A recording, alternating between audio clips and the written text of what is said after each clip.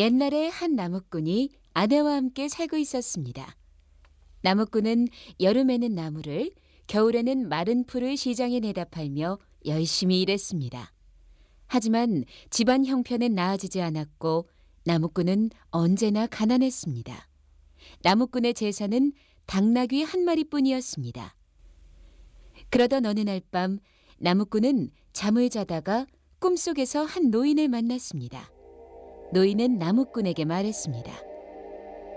열심히 사는데도 가난한 너를 불쌍히 여겨. 너와 네 후손들을 위해 보물을 내려주겠다. 일어나자마자 곧장 바그다드로 가서 동쪽에 있는 문 밑을 파보거라. 그럼 그곳에 보물이 있을 것이다. 나무꾼은 깜짝 놀라 잠에서 깼습니다. 꿈이었지만 노인의 모습과 목소리는 너무나 생생했습니다. 하지만 나무꾼은 바그다드가 어디인지도 몰랐고 그저 이상한 꿈일 뿐이라고 생각했습니다. 하지만 나무꾼은 그날 밤 또다시 같은 꿈을 꾸었고 그 다음 날 밤에도 노인은 꿈에 나왔습니다.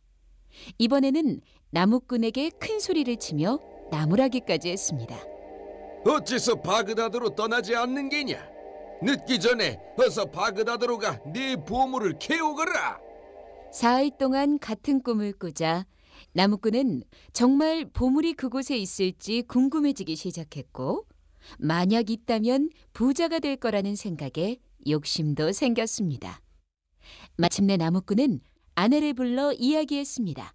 여보, 내가 바그다드라는 곳에 좀 다녀와야겠어. 그래서 말인데 여비가 좀 필요해서 당나귀를 팔아야겠어. 당나귀는 우리 전 재산인데 대체 무슨 일로 당나귀까지 팔겠다는 거예요? 이젠 이 가난하고 고단한 생활에 정말 지쳤다오. 우리가 먹고 살 다른 방도를 알아보러 가는 길이니 그렇게 알고 기다리시오. 나무꾼은 서둘러 당나귀를 팔고 이라크로 가는 상인을 따라 나섰습니다.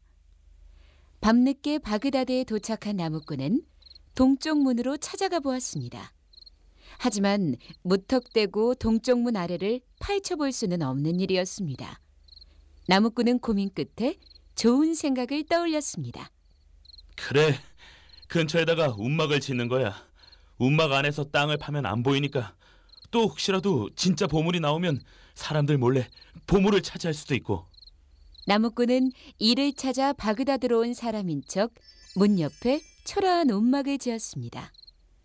처음 며칠 동안 낮엔 이러저러한 일들을 했고 밤이면 움막에서 잠을 잤습니다. 며칠이 지나도 사람들이 그를 경계하지 않자 드디어 나무꾼은 해가 지기를 기다렸다가 땅을 파보았습니다. 하지만 보물은 쉽게 나타나지 않았습니다. 나무꾼은 보물을 찾아 더욱더 깊고 넓게 땅 밑으로 구덩이를 파보았지만 끝까지 보물은 나오지 않았습니다. 나무꾼은 크게 실망하며 바그다드로 온 걸 후회했습니다. 지친 나무꾼은 포도 한 송이를 사들고 모스크로 갔습니다. 모스크에 간 나무꾼은 구석에서 잠들어 있는 한 노인을 발견하고는 그와 함께 포도를 먹으며 이야기를 나눴습니다. 얼굴이 왜 그리 어두운가? 젊은 양반이. 어르신, 전 사실 먼 동네에 삽니다. 그런데 바그다드로 가보라는 꿈만 믿고 여기까지 왔다가 아무것도 얻지 못하고 빈손으로 가게 생겼습니다. 왜? 아, 정말인가? 역시 꿈 같은 거 믿을 게 못 되는구만. 아니 실은 나도 이상한 꿈을 꿨소. 꿈에서 어느 마을 아무개네 집에 가면 그 집 당나귀 묶어둔 곳 아래 보물이 묻혀 있으니 부자가 될 수 있다지 뭔가. 헌데 그게 어디 가당키나 한 말인가? 게다가 나야 이 늙고 약해져서 그 먼 곳까지 간다는 것도 쉬운 일이 아니고. 그래서 난 그냥 그 꿈을 잊어버리기로 했네. 예? 나무꾼은 깜짝 놀랐습니다. 노인이 말한 마을은 바로 나무꾼의 동네였으며 꿈에서 들었다던 집은 나무꾼의 집이었기 때문입니다. 나무꾼은 얼른 모스크를 떠나 서둘러 집으로 향했습니다. 집에 가 당나귀를 묶어두던 자리를 파보면 정말 보물이 나올까? 마지막 희망은 이것뿐인데. 아, 나무꾼이 빈손으로 집에 돌아가자 나무꾼의 아내는 실망한 기색이 역력했습니다.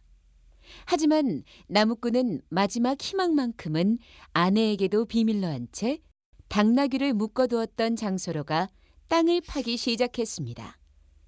오랜 시간 동안 깊고 넓게 땅을 판 뒤에야 나무꾼은 마침내 뚜껑 덮인 커다란 항아리를 찾을 수 있었습니다. 그 안에는 금덩이와 은덩이가 가득했습니다. 어마어마한 보물에 깜짝 놀란 나무꾼은 행복했고 또 동시에 두려웠습니다. 세상에, 내가 이런 값나가는 보물들을 갖게 되다니. 꿈인가? 어떡하지? 우선 아무에게도 이 사실을 알려선 안 돼.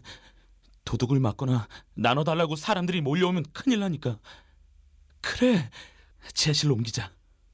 나무꾼은 우선 항아리를 지하실에 숨기고 항아리를 찾느라 파헤쳐 놓은 땅은 도로 흙을 채워 넣어 아무도 눈치채지 못하게 원래대로 해놓았습니다. 그리고는 다시 지하실로 가 1년 동안 사용할 만큼의 보물을 꺼낸 뒤 항아리를 꼭꼭 숨겨두었습니다. 나무꾼은 보물에 대해서는 아무 말도 하지 않은 채 예전처럼 힘들게 일을 하며 지냈습니다. 하지만 나무꾼은 틈만 나면 보물이 그대로인지 살펴보곤 했습니다. 보물에 대한 집착과 걱정은 나무꾼을 점점 병들게 했고 나무꾼은 더 이상 움직일 수 없을 만큼 쇠약해져 죽음의 문턱까지 다다랐습니다. 나무꾼은 그제서야 아내에게 보물에 대해 얘기하려 했습니다. 하지만 나무꾼은 혀조차 움직일 수 없었고 결국 보물이 있다는 사실을 아내에게도 얘기하지 못한 채 숨을 거두고 말았습니다.